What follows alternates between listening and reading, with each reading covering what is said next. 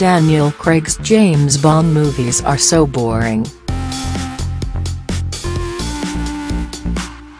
Daniel Craig's the most screen-accurate Bond to date, and he's been considered one of the best actors to play the role. So why have most of his films seemed so unmemorable? Despite a successful reboot of what had become a stale franchise, maybe audiences underestimated how much they would miss the over-the-top villains, the odd henchmen, the whimsical gadgets, and world-ending plots. All that cheese lended itself to a fantasy world of espionage that made the characters so iconic. Basically, everything that made Bond and, well, Bond. As the 22nd James Bond film, Quantum of Solace was one of the most anticipated films of 2008. Fresh off the success of Casino Royale 2 years prior, Eon Productions greenlit production on the James Bond film with an all-star team attached, seasoned British screenwriters Neil Purvis and Robert Wade, who had wrote the previous 3 Bond films, $1 Million Baby and Crash, screenwriter Paul Haggis to give the script some polish, and director Mark Forster, known for his award-winning work on Monsters Ball and Finding Neverland.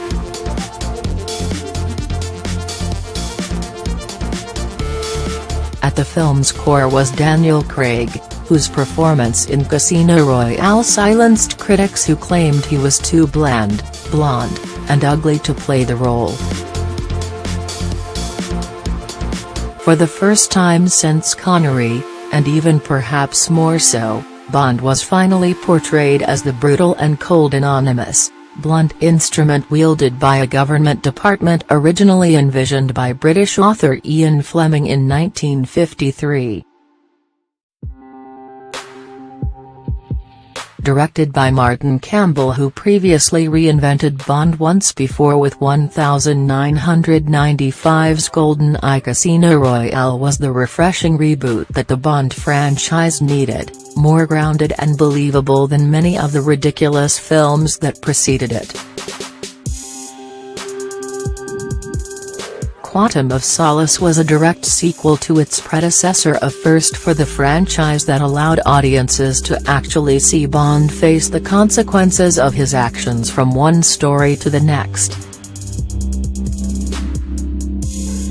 But the film was a letdown. Although it made back nearly 3 times its budget at the box office, the story was a mess, with too much fast-cutting action scenes that caused many critics to compare it unfavorably to the Jason Bourne franchise. "Don't ever let this happen again to James Bond," Roger Ebert wrote in his review. "This is a swampy old world.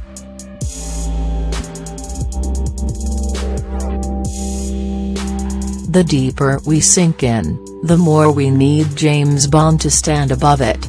There are basically 2 types of Bond film plots: he's either preventing villains from developing a super weapon, or preventing villainous business magnates from eliminating their competitors to create a monopoly, and Quantum of Solace delivered the latter, with an environmentalist entrepreneur attempting to control South America's water supply.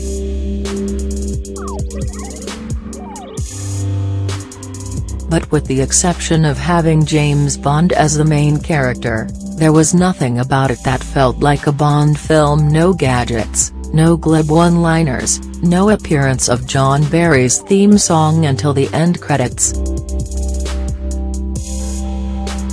In one scene, Bond even trades in his famous Vesper Martini for a Heineken. These hallmarks of the series were also missing from Casino Royale, but whereas that film felt like a deliberate gear shift, Quantum of Solace felt like stalling.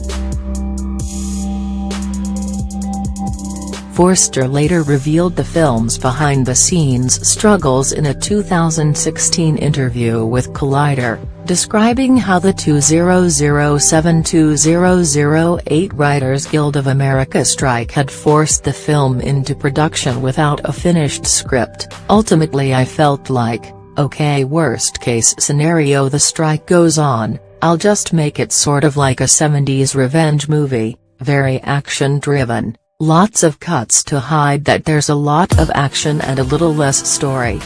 Facing immense pressure to deliver a successful follow-up to Casino Royale, Forster at one point considered dropping out of directing the film altogether.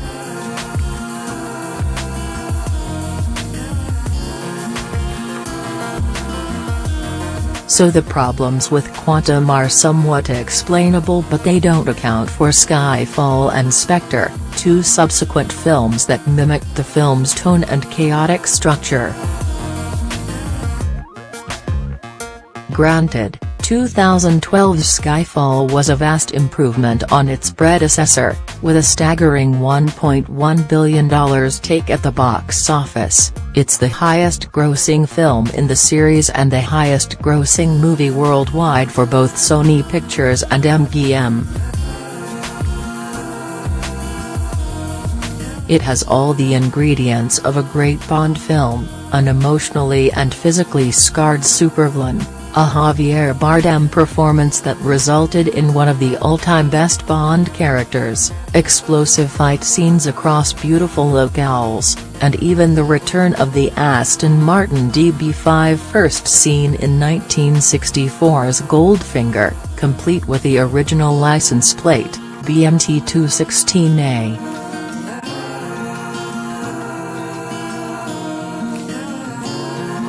Too bad the film's plot doesn't make any sense.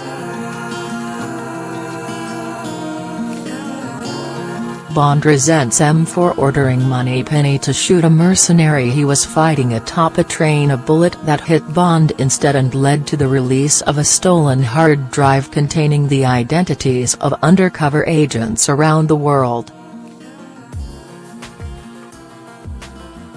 Instead of trying to prevent the inevitable fallout from the drive's info getting out, Bond retires on a beach, only returning to London after an MI6 bombing. The biggest lead in finding the mastermind behind the attack comes in the form of bullet shrapnel from the aforementioned mercenary, which Bond has buried in his shoulder, evidence that could have been useful weeks ago had he not chosen to play dead. He fails all the necessary physical and psych tests to continue serving as an agent, but M approves his return to the field anyway. She's also under scrutiny from her higher-ups due to Bond's radical behavior in Casino Royale and Quantum. A hitman in Shanghai leads Bond to a poker chip, which leads to a casino in Macau, which leads to Bond seducing a former sex slave, which leads to meeting cyber-terrorist mastermind Raul Silva, Javier Bardem, who was also betrayed by M years ago and is captured by Bond as a ploy to kill her.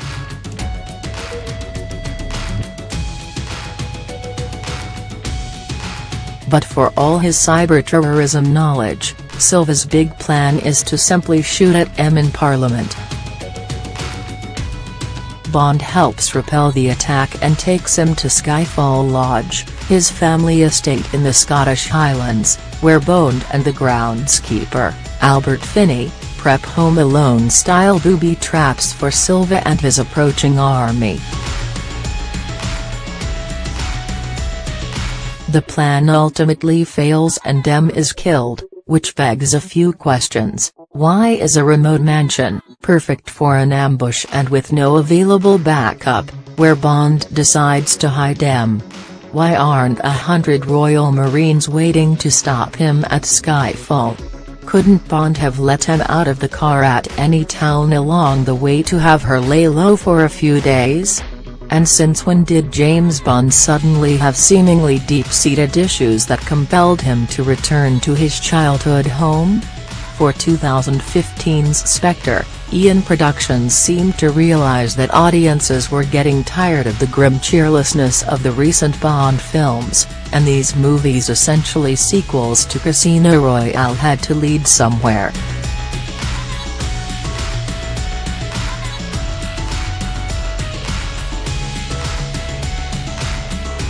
So they paid tribute to the character's legacy by throwing in tropes, like a relentless muscle-man henchman similar to Oddjob or Jaws, Mr. Hinks, played by Dave Bautista, a visit to Q's lab for new gadgets, and see the ones he's not allowed to touch, an Aston Martin chase through the streets of Rome, and plenty of visual gags and one-liners.